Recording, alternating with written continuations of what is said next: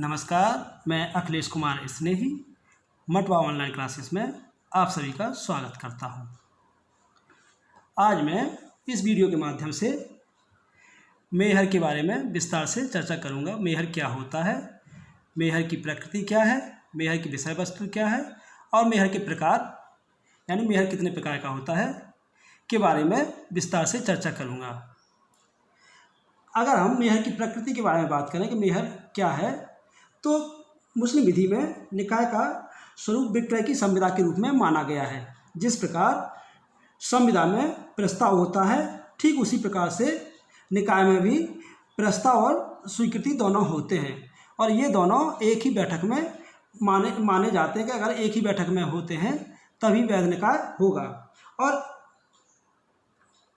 निकाय में एक पक्षकार द्वारा प्रस्ताव एवं दूसरे पक्षकार द्वारा स्वीकृति मिलती है। प्रतिफल के रूप में पत्नी को मेहर दिया जाता है, जिसको कि निकाय का प्रतिफल कहते हैं। यानी मेहर को निकाय का प्रतिफल की संज्ञा दे सकते हैं हम। मेहर जो है निकाय का प्रतिफल है। अगर हम इसकी विषय वस्तु के बारे में बात करें कि मेहर की विषय वस्तु क्या होती है, तो मेहर की में कोई भी माल अथवा धनराशि निश्चित की जा सकती है। हनफी शाखा में 10 दिरहम से कम धनराशि नहीं होनी चाहिए, ऐसी मान्यता है हनफी विधि में कि जो भी मेहर दे रहे हैं वो 10 दिरहम से कम ना हो। अगर हम अब बात करें कि मेहर के प्रकार, कितने प्रकार का मेहर होता है, मेहर के प्रकार क्या हैं, मेहर कितने प्रकार का होता है, तो मेहर सामान्यतः 2 प्रकार का होता है। एक होता है निश्चित मेहर, दूसरा होता है अनिश्चित मेहर। यानी मेहर के कुल मिलाकर के 2 रूप सामने आते हैं, निश्चित मेहर और अनिश्चित मेहर। निश्चित मेहर जो है जिसको कि मेहर ए मुसम्मा और अनिश्चित मेहर को उर्दू वर्जन में मेहर ए मिसाल कहते हैं। निश्चित मेहर को फिर से 2 भागों में बांटा गया है। नंबर 1 होता है तुरंत दे मेहर, दूसरा होता है स्थगित मेहर। इस प्रकार से हम देखते हैं कि मेहर के 2 निश्चित प्रकार माने गए हैं, निश्चित मेहर और अनिश्चित मेहर। अगर हम बात करें कि निश्चित मेहर क्या होता है, तो निश्चित मेहर विवाह के पक्षकार निकाय के पूर्व या निकाय के समय अथवा निकाय के पश्चात मेहर का निर्धारण कर सकते हैं। इसे निश्चित मेहर कहते हैं। यानी कहने का अर्थ है कि इस मेहर को निकाय के पक्षकार निकाय के समय या निकाय के पश्चात धनराशि निर्धारित कर सकते हैं कि मेहर का धनराशि कितनी होगी, तो इसे हम निश्चित मेहर कहेंगे। यानी अगर धनराशि निश्चित कर दी जाती है तो ये निश्चित मेहर कहलाएगा या मेहर ए मुसम्मा कहलाएगा। इसके 2 भाग हैं, तुरंत दे मेहर और स्थगित मेहर।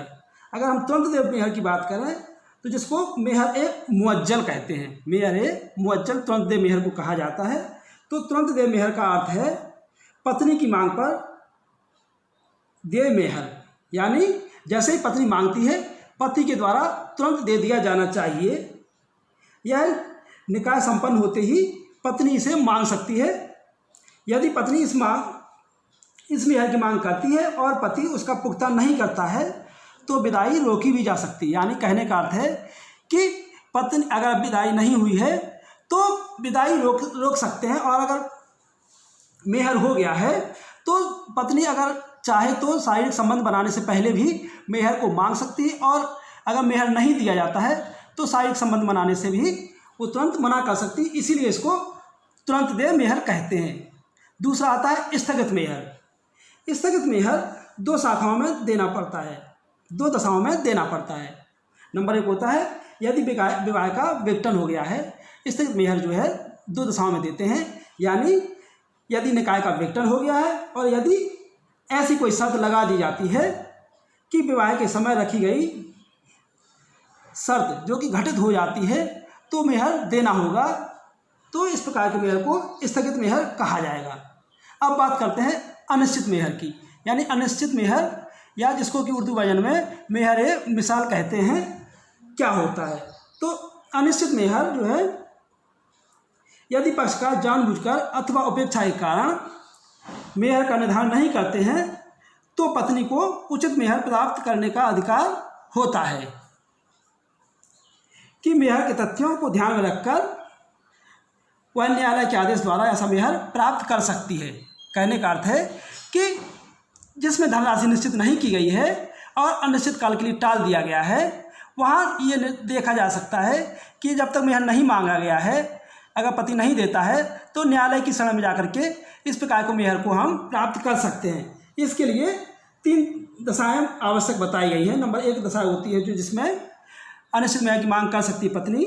स्त्री की व्यक्तिगत योग्यता, कि स्त्री की क्या योग्यता है उस पर भी अनिश्चित मेहर डिपेंड करता है कि मेहर की धनराशि क्या होगी। दूसरा आता है स्त्री के पिता की संभावित परिस्थिति। इसका अर्थ है कि स्त्री के पिता की परिस्थिति क्या है, समाज में स्टेटस क्या है, उस आधार पर भी अनिश्चित मेहर की राशि निर्धारित की जा सकती है। तीसरा आता है स्त्री के पितृपक्ष की महिलाओं के